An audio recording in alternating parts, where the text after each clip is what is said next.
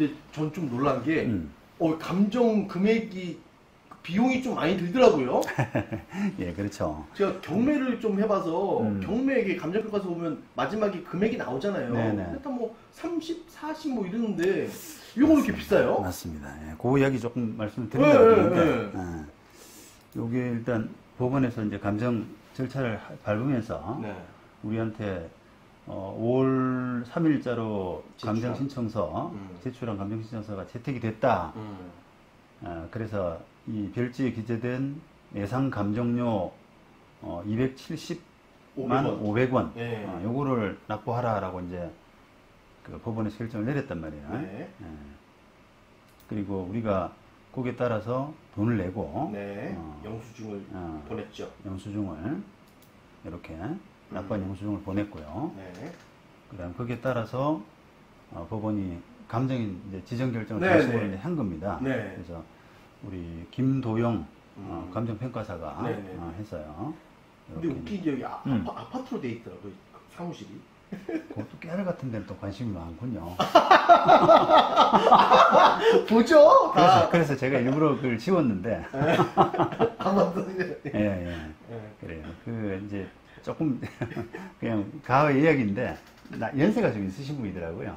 제가 감정인 여기 뒷부분에 있군요. 뒷부분이 이제 감정인 아까 여기 있었구나. 여기 감정을 채택을 해주면서 예상 감정료 신청서 해가지고 이분이 냈어요. 이렇게 자기가 감정할 때 어느 정도 돈이 필요하다 이런 부분을 냈고. 이런 것도 나와요? 예. 거기에 첨부되어 있습니다.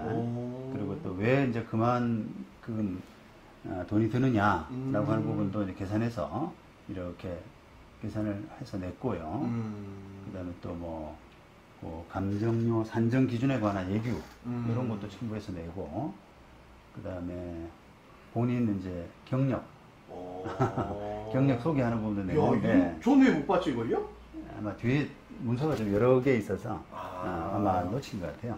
근데 이제 연세가 좀 있으신 분이라 아파트 이야기를 하시길래 그러지 않았나 싶습니다. 그래서 경력도 많고 뭐 그런데 어쨌든 이제 우리가 그 감정료 이야기를 좀 해야 되는데 이게 감정료가 뭐 우리 양은 씨 사건뿐 아니라 대체로 법원 감정은 너무 비싸다라는 말을 많이 해요.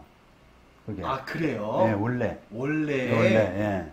근데 지금 그 같은 어떻게 보면은 우리가 경매할 때 시세 감정이잖아요. 경매는 시세 감정. 그다음에 거래사례 비교 다 그거잖아요. 그렇죠. 요거는 치료 감정인데 사실은 그 감정의 뭐 어떤 노고라든지 시간, 절차 뭐 이런 정도가 크게 차이가 날 것 같지는 않은데 지금 차이가 금액은 뭐 몇 배씩 나지 않습니까? 그러니까 이게 깜짝 놀랐어요. 그 이제 일단 그 조금 비싼 이유를 뭐 제가 이제 설명을 좀 드리자면 감정을 하고 나서 조금 그 때에 따라서는 이게 그 사실조회 형식으로 이게 감정이라는 게 재판이 서로 대립돼 있는 이해관계가 대립돼 있는 재판에서는 조금 잘 나왔다고 생각하는 사람이 있는 반면에 못 나왔다고 생각하는 사람이 있잖아요. 그렇죠. 서로 다르죠. 이해관계가 다르잖아요. 그러면 이게 좀 부당하다, 못 나왔다라고 생각하는, 자기 마음에 들지 않는다라고 생각하는 사람들이 뭐 사실조회나 이런 절차들을 많이 밟는단 말이에요. 또 감정인 상대로. 그러면은 그것을 대응하는데 또 시간이 든다. 이런 이제 계산도 하고, 그다음 또 때에 따라서는 감정인이 증인으로 나가기도 합니다. 증인으로 불려가서 왜 이렇게 감정을 했는지 이런 부분에 대해서 뭐 이야기를 나누기도, 증언을 하기도 하기 때문에 그런 부분까지를 다 감안해서 비싸게 받는다라는 말을 해요. 그럼 그런 게 안 들어왔어, 사실조회나 그런 게 안 들어왔으면 뼈가 돌려줘야지 그러면 리턴. 그렇죠. 근데 이제 이게 이제 사실조회는 사실은 흔하게 그러니까 왜 요런 부분을 왜 감안 안 했느냐, 요런 부분을 감안하면은 조금 더 낮거나 높거나 이렇게 돼야 되는데 그런 사실조회는 많이들 해요. 근데 이제 그거는 사실은 큰 노고는 저는 아니라고 봐요. 그러니까요. 왜냐면 이제 자기 감정을 할 때 그 느낀 어떤 그렇죠. 그런 부분을 그냥 어떤 설득하는 과정이기 때문에 그거는 뭐 당연히 해야 된다라고 보고 그리고 감정인이 증인으로 나가는 경우는 매우 드물어요. 그러니까 그럴 것 같아요. 네, 매우 드물기 때문에 그거는 이제 시간이 좀 들고 하거든요. 그렇겠죠. 그걸 감안해서 이렇게 감정료가 높다는 거는 좀 저로서는 납득이 안 됩니다. 네, 그런데 어쨌든 제가 25년 변호사 경험상으로 볼 때는 이게 경쟁이었기 때문에 그러니까 법원의 감정이라는 게 지금 패턴은 그 감정인 풀을 법원에서 만들고 딱 정해서 그 예, 중에서만 하니까. 그렇죠. 예를 들면 여기가 남부법원인데 남부법원에서 지로 감정을 할 수 있는 사람을 50명 풀을 만든단 말이에요. 그래놓고 돌아가면서 뺑뺑이. 예, 그렇죠. 그러니까 내 차례가 돌아왔을 때 나는 그냥 받을 만큼 받겠다. 시장 경제 원칙이 지켜지지가 않네요. 않죠. 예. 예. 요즘 변호사비도 점점 내려가는 추세인데. 맞습니다. 아니, 간병사 비용이 이렇게 고정돼 있으면 그래. 물러나라! 그러니까. 그래서 대체로 어쨌든 그 감정평가 비용이 불만들이 많아요. 그래서 한때는 이제 법원에서도 이제 그런 부분을 반영해서 이렇게 풀을 이제 만약 이 사건, 양아치 사건에서 감정인을 세 사람을 이렇게 그 후보로 한 다음에 각각 입찰. 예, 그렇습니다. 맞아요. 자기 경력을 내세우고 그다음에 거기에 따른 감정비 이런 걸 제안을 하도록 해요. 그래서 그거를 감정 신청한 사람한테 이렇게 내밀어서 어떤 게 더 선택하겠느냐라고 이렇게 의견을 주게 합니다. 그래서 그 의견에 따라서 웬만하면은 진행해 왔는데 그게 이제 거의 한 5년 전 일이었는데요. 최근에 들어서는 그 절차들을 잘 안 하더라고요. 그러니까 법원도 사실은 어떻게 보면 그게 제일 중요한 게 사실 가격 부분인데 이제 그렇게 하니까 패단은 사실 있죠. 왜냐하면 감정이라는 게 제일 중요한 게 공정인데 그냥 뭐 감정인이 싸게 저가 입찰에 패 있잖아요. 저가로 들어가서 그냥 대충 감정하고 하는 그런 사람들이 이렇게 그 자리를 잡게 되면 곤란하지 않느냐라고 하는 어떤 인식이 있는데 제가 볼 때는 법원도 좀 귀찮은 거예요.